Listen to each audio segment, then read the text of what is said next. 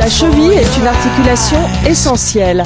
Qu'on soit sportif de haut niveau ou sportif amateur, il faut en prendre soin.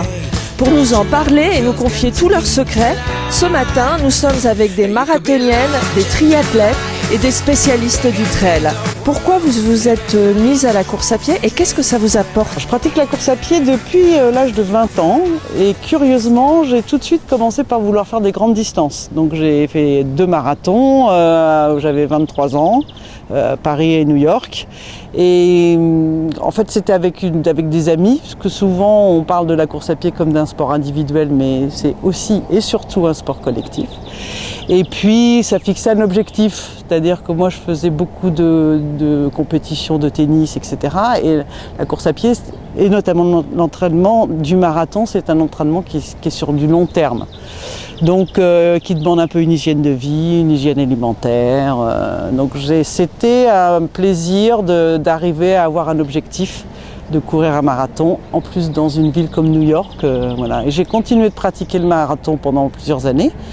Et puis petit à petit, je suis revenue à des courses de distance de semi-marathon ou de 10 km. Et c'est un moment de plaisir de courir parce que d'abord on sécrète des endorphines, donc on sait que c'est très bon pour le moral et que quand je me lève le matin, si j'ai pas le moral et que je vais courir, je termine avec un moral en acier. Donc voilà, et puis c'est une bande d'amis où on se retrouve régulièrement. Et puis c'est un entretien de soi, de sa forme. Donc voilà, c'est quelque chose dont j'ai besoin. C'est un besoin. Et toutes les coureuses vous diront que c'est un besoin de courir. Une fois qu'on commence, on peut devenir très vite addict. Est-ce qu'il y a une différence quand on est une femme ou un homme et qu'on pratique la course à pied? Oui, je pense qu'il y a une différence parce que, surtout quand on arrive à un âge un peu plus avancé comme le mien, c'est-à-dire qu'on fait attention à soi peut-être un peu plus et on va privilégier un mode d'entraînement qui va être peut-être un peu différent. Moi, je fais pas beaucoup de fractionnés, de choses comme ça, parce qu'il y a beaucoup de sauts et qu'avec l'âge et les problèmes de périnée ou voire de fuite urinaire, il est bon de faire attention et de pas trop sauter. Donc, les hommes sont moins concernés par ce genre de problèmes. Après, il y a les problèmes d'articulation, les problèmes de cheville, de douleurs aux ischio-jambiers ou ce genre de choses. Bon, ça concerne les hommes et les femmes. À une époque, je faisais beaucoup d'entorses de cheville et puis je sais pas si c'est vraiment uniquement parce que j'ai modifié mon entraînement ou parce que j'ai adopté une hygiène de vie, voire peut-être une certaine hygiène alimentaire, mais mes chevilles, j'ai fait les exercices pour renforcer les chevilles, donc ça de ce côté-là ça va. Après c'est plutôt des douleurs liées aussi des blessures qui peuvent être dues par exemple mais c'est plutôt lié à la gymnastique plutôt que la course à pied. Parce qu'on ne peut pas faire que de la course à pied si on n'a pas à côté d'autres sports. Donc moi je pratique beaucoup de gymnastique, de pilates, je suis multi-activité si je puis dire. Donc concernant les blessures, j'ai une petite blessure aux ischio-jambiers en ce moment, mais vous voyez je m'en sors très bien et je continue quand même de courir, mais plus raisonnablement. Vous êtes une spécialiste des 10. C'est quoi les 10 et comment est-ce que vous vous entraînez pour les 10? Spécialiste des 10, c'est les 10 km, parce que c'est une distance qui est pour moi idéale.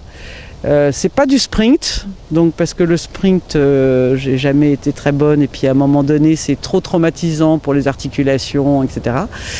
C'est pas de la longue distance non plus, mais ça vous prend à peu près 1 heure, entre 55 minutes et 1 heure, voire 55 minutes en course et puis 1 heure en entraînement. Une distance qui est très standard, très pratiquée, donc vous trouvez très facilement des compétitions un petit peu partout. Moi je cours essentiellement dans la région parisienne et sur Paris, mais le 10 km c'est une distance ce qui vous demande pas trop d'entraînement, où vous pouvez faire d'autres sports à côté et qui vous, quand même, quand vous faites 1 heure de 10 km dans une compétition en faisant monter un peu le cardio, voilà, vous ressortez, vous êtes renforcé physiquement. Alors quel conseil donner aux femmes qui pratiquent un sport ou pas, et plus l'âge avance, pour rester en bonne santé? C'est essentiel d'avoir une pratique régulière. On ne peut pas faire un sport, s'arrêter pendant 3 mois, recommencer, changer tout le temps de sport.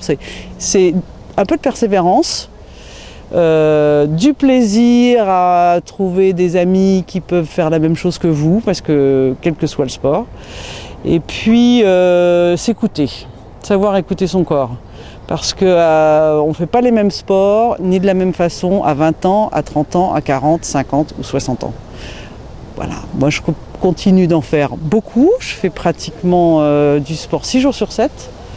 Mais je varie un peu les sports et j'écoute mon corps. Si je commence à sentir que ça va mal, ou moins bien, ou si j'ai une petite douleur, je ralentis. Tout ce qui est échauffement est très très important. Vraiment, il faut penser à s'échauffer régulièrement, quel que soit le type de sport, mais d'autant plus pour la course à pied. S'échauffer, s'étirer.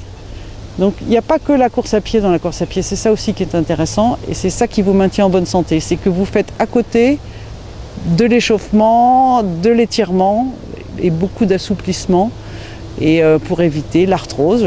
Par exemple, j'ai de l'arthrose à la hanche et au genou, mais je continue de courir. Voilà, je ne me suis pas arrêtée. J'ai varié je suis venue au 10K, quoi, aux 10 km, comme vous dites.